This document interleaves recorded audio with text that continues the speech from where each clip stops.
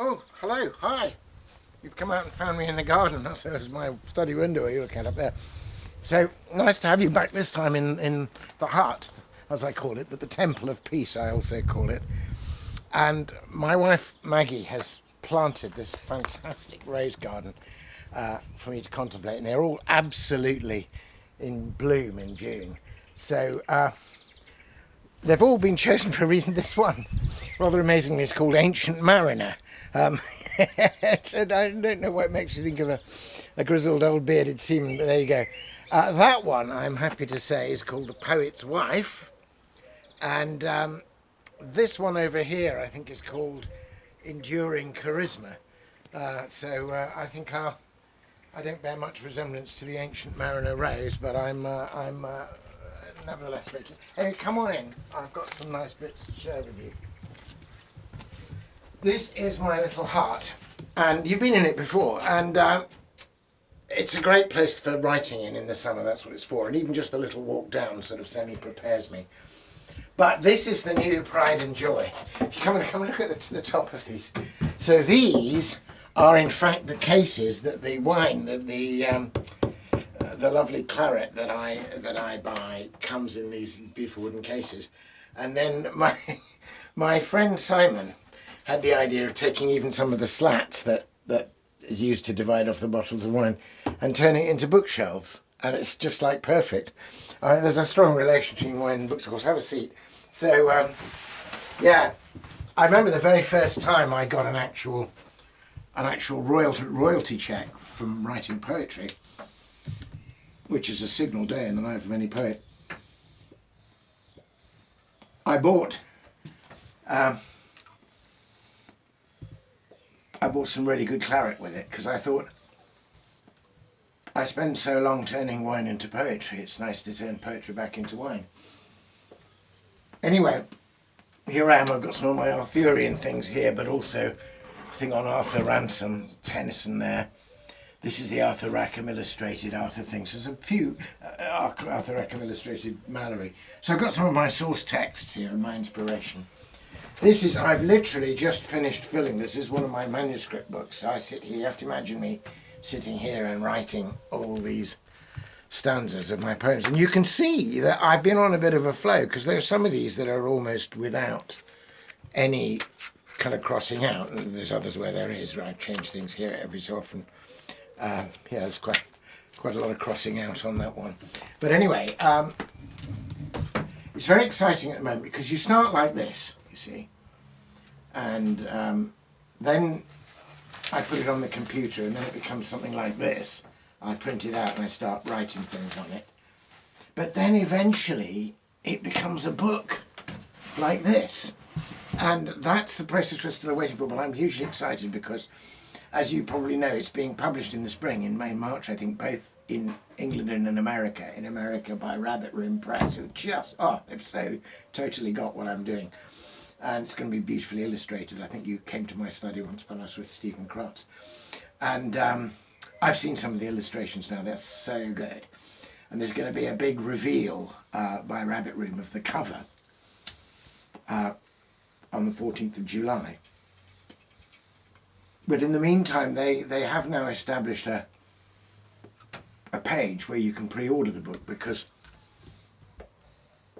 they'd like to get some idea of how many to print. I mean, obviously I hope they'll keep on printing and demand will grow, but they need to know how to meet demand for that first printing. So if you want to register your interest and pre-order, you can. I'll get that side to you somehow. Meantime, I thought I'd read you a bit of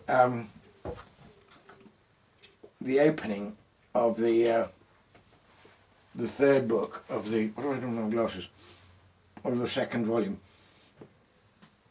I read you a bit of the end of the second book of the second volume when I read you about finding Excalibur.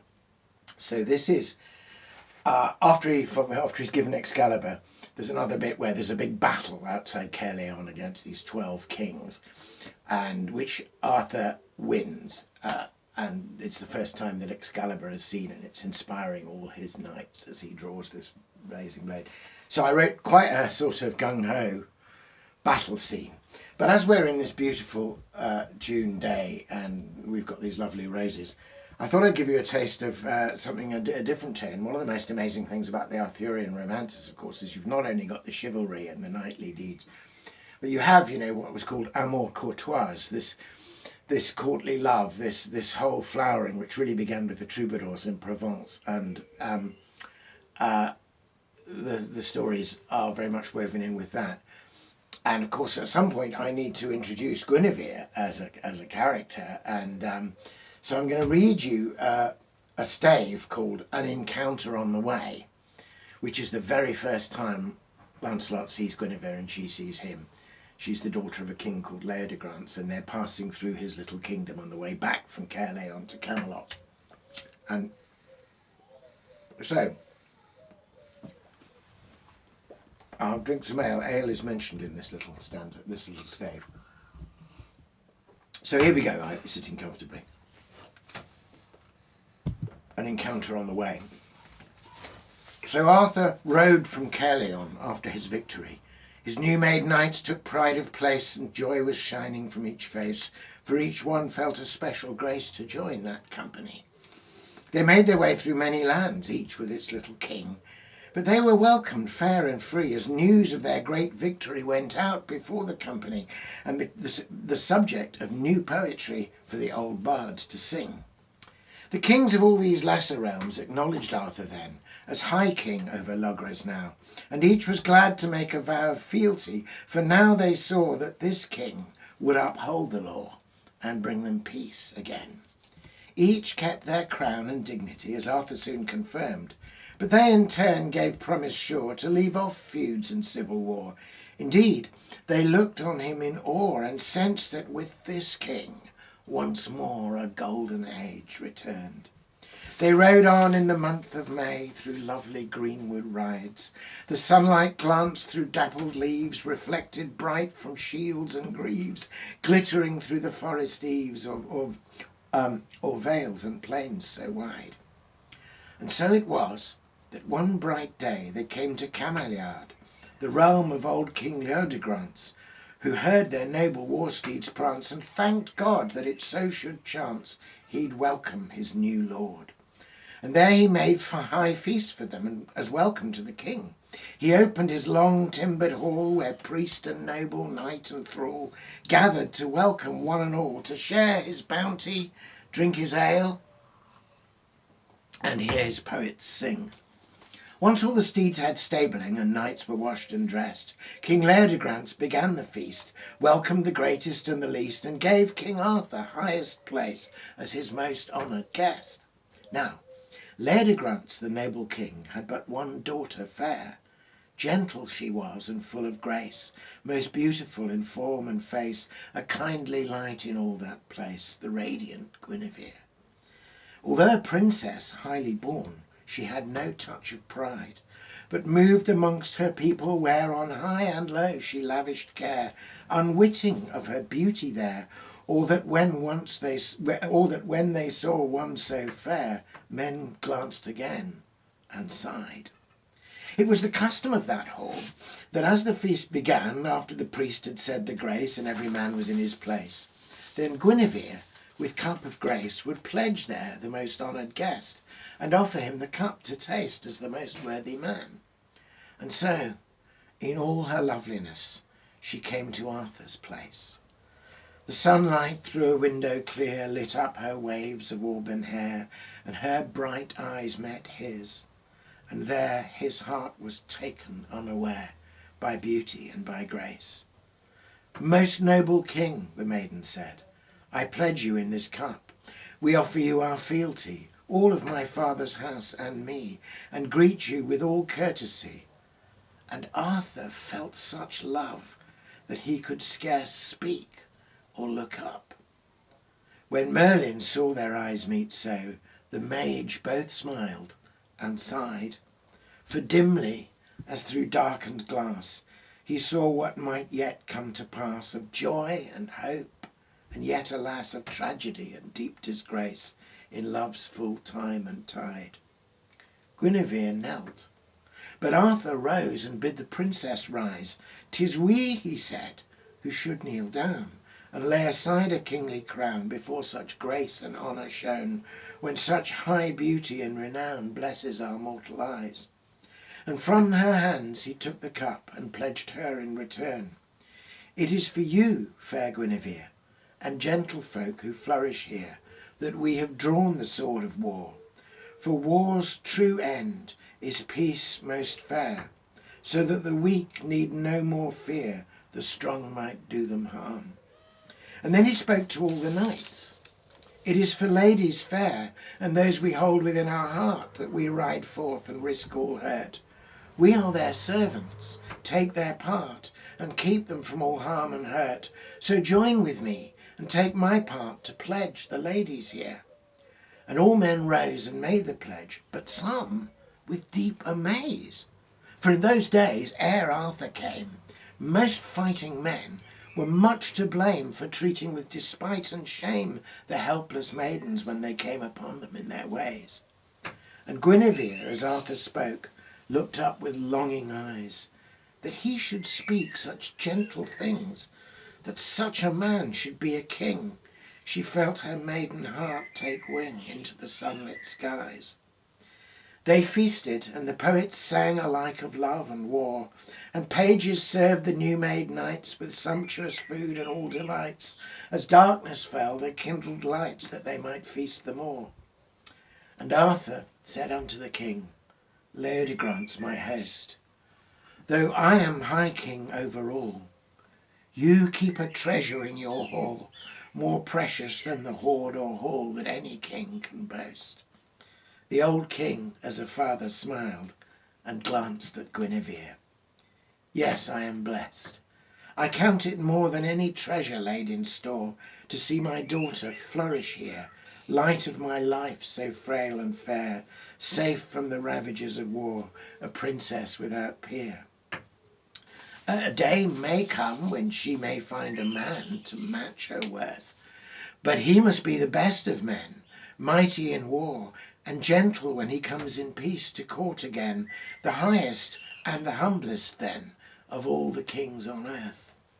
Then Arthur looked on her and sighed. God send her such a man. For her he would dare mighty things, contend alike with knights and kings, yet listen when the love god sings, and with the nightingale take wings to woo her where she stands.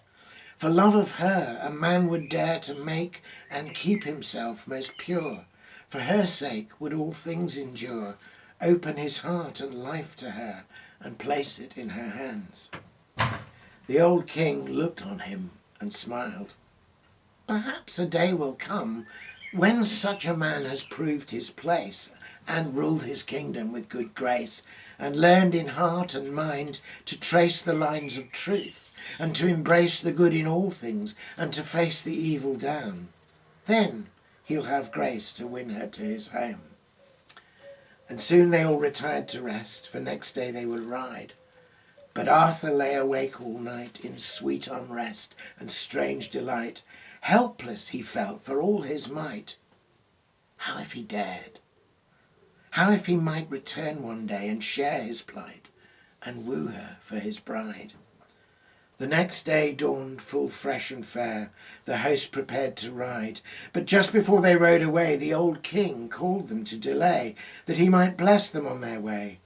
And Guinevere, with flowers of May bound in her hair as fair as day, came up to Arthur's side. "Drink of the stirrup cup," she said, "and pledge us your return." And Arthur took the jewelled cup, as he looked down and she looked up, and in his heart a sudden hope flushed full as he drank from the cup and gave it her again. "I will return," the young king said, "when all has been set right. Till then I ride with shield and helm to stablish peace in all this realm. Till then it may be I shall dream of one so fair and bright." And so the company rode on, and soon were lost to sight. And Arthur rode at Merlin's side, and often turned his head and sighed, as they rode through his realms so wide for many a day and night. "Merlin," he said, You told me once about this scabbard here, that I would never suffer wound that would not heal when rightly bound. But I have taken such a wound as will not heal until I am bound to the fair maid who gave the wound, nor will I rest until I've found a way to win the wondrous hand of Guinevere the fair. And Merlin said, though I may give advice as best I may, in matters of the heart a man must know himself, and on his own win through or lose as best he can. But only this I say, follow your heart, but be prepared for all that love might bring, for all its bliss and ecstasy, but also for love's jeopardy, the testing of all constancy, the proving of all courtesy. For love is made mysteriously of joy and suffering. I am prepared, the young king said, to suffer if I must.